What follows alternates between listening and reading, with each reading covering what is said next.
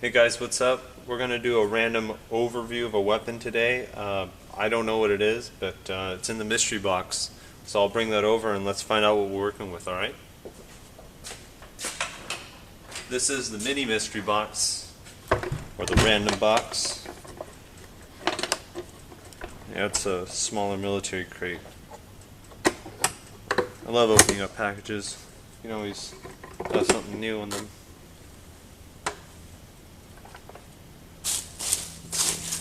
What we got here today? Ooh, nice. Stainless steel. Smith & Wesson model 6906. Oh, this is a really nice pistol. A little oily, that's alright. Let me move this crate out of the way actually.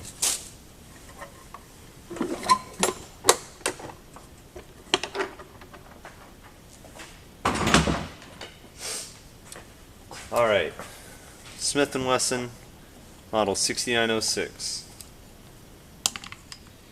Stainless steel top slide, alloy lower, model 5906, if you may be familiar with that. I believe that's a steel lower frame. Probably, I mean, it's going to be a little bit heavier than this. I'm not sure by how much. I'm not even sure how much this one weighs.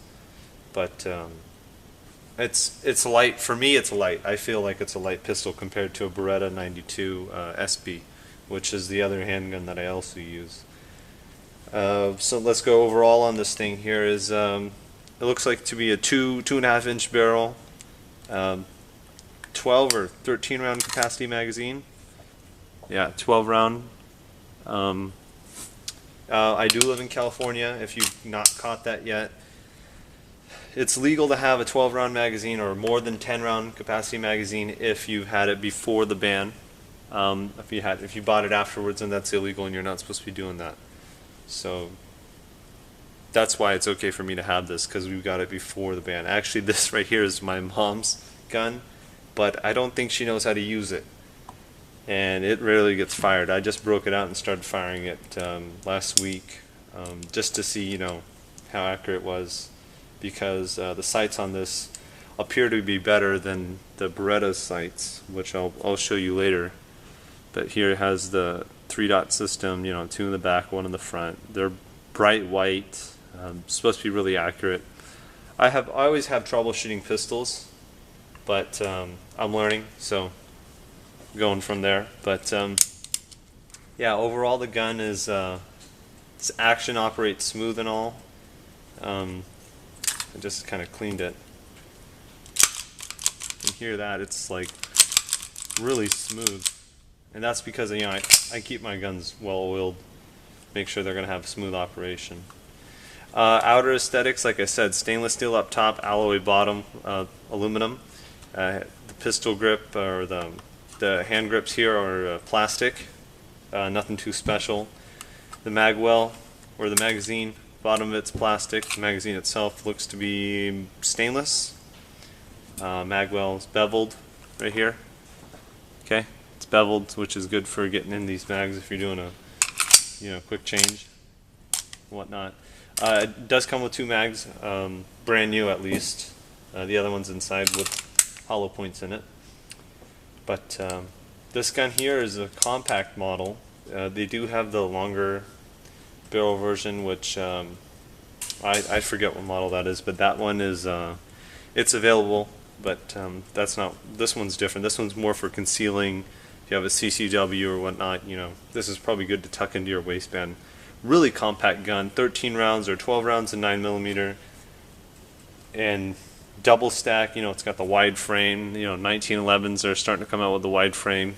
So this is really nice actually. If you're going to be concealing, I probably think this would be a good option.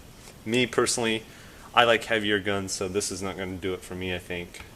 But I am trying to train myself to get better with this gun. But other than that, it does shoot straight if you can handle your weapons. Because it's so light in my hands, it has a lot more recoil, which is something I really didn't, wasn't expecting, but, that's what happens. I don't know how the people with Glocks do it, the polymer lower frames, I don't know. Those guns must be really light. I only shot, I think I shot a Springfield XD and I didn't like it, and I think I shot a Glock before. I didn't like it either. I'm just kind of racist against polymer, so that's just my 2 cents on polymer. I don't like it. No, I don't need a reason for it. Just don't like it.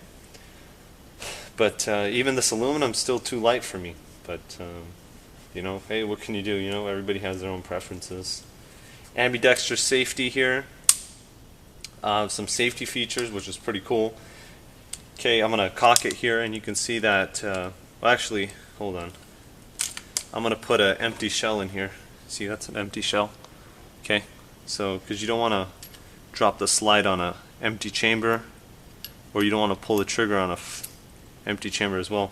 You might as well have a shell in it so it will absorb some of the impact. So here you can see that I'm firing it right, and then if I cock it back, safety has a decocking feature. I'm gonna do it from the other side so you can see it. So it decocks it. Notice my finger wasn't on the trigger. Okay. Other safety feature here is the magazine out. You cannot pull the trigger, or you can pull the trigger, but the hammer won't. Cock back and release.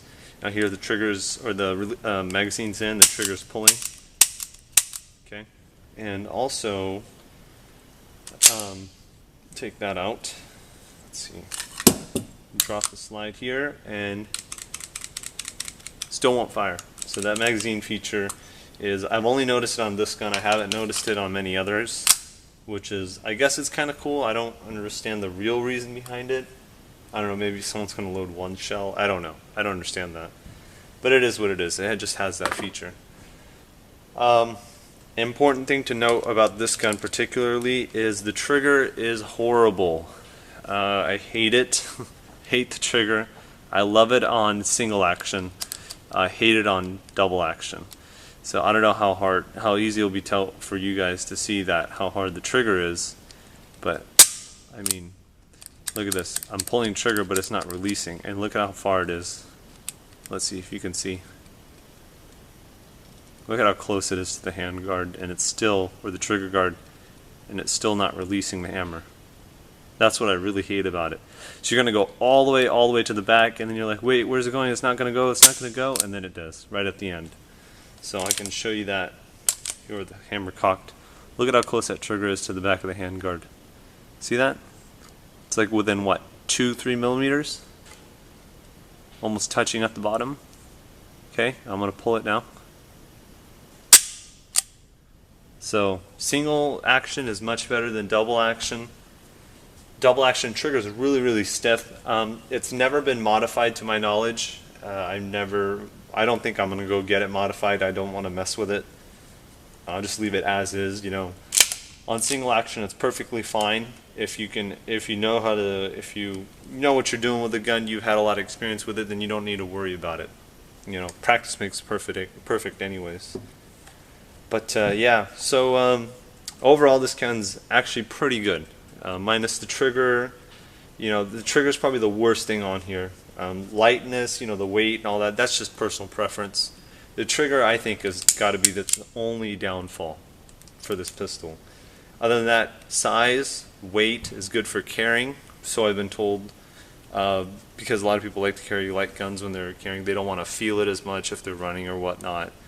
So, you know, I don't care. I don't have a CCW, so I can't really attest to that at all.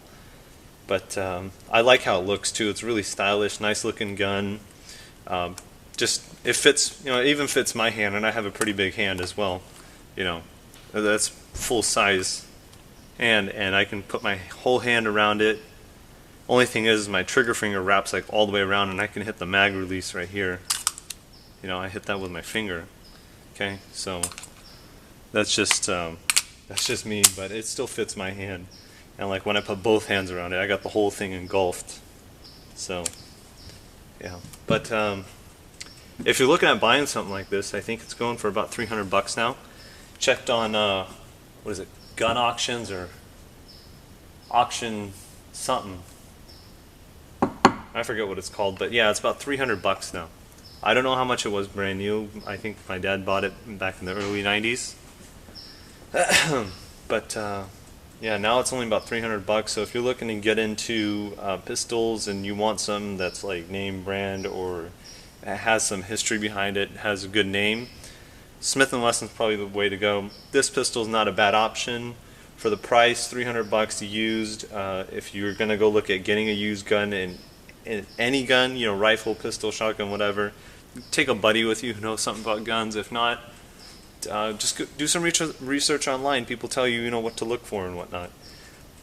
But I'm sure you'll find a really nice handgun, and Smith & Wesson should be in that category. You should be looking at, you know, pistol like this to, as your first pistol. You know, double stack 12, 13 round magazine. You know, you can't beat that. I mean, if you're in a state where it's okay, you know, it's allowed. So overall, I'd have to say that this is a really good option if you're getting started. If not, you can add to the collection. Conceal and carry. Hey, you don't like polymer, you want to conceal and carry? I think this is we're right up your alley. If you're good with pistols, you know, again, practice makes perfect. People just don't pick them up and they shoot good. So, you know, that's all it is. Yeah, that's all I pretty much wanted to show you guys here today. Smith & Wesson model 6906. And if you guys have any questions, just leave them in the comments below or send me a private message about this gun or whatnot, or any information. I'll help you out as much as I can. Alright then, I'll see you guys later.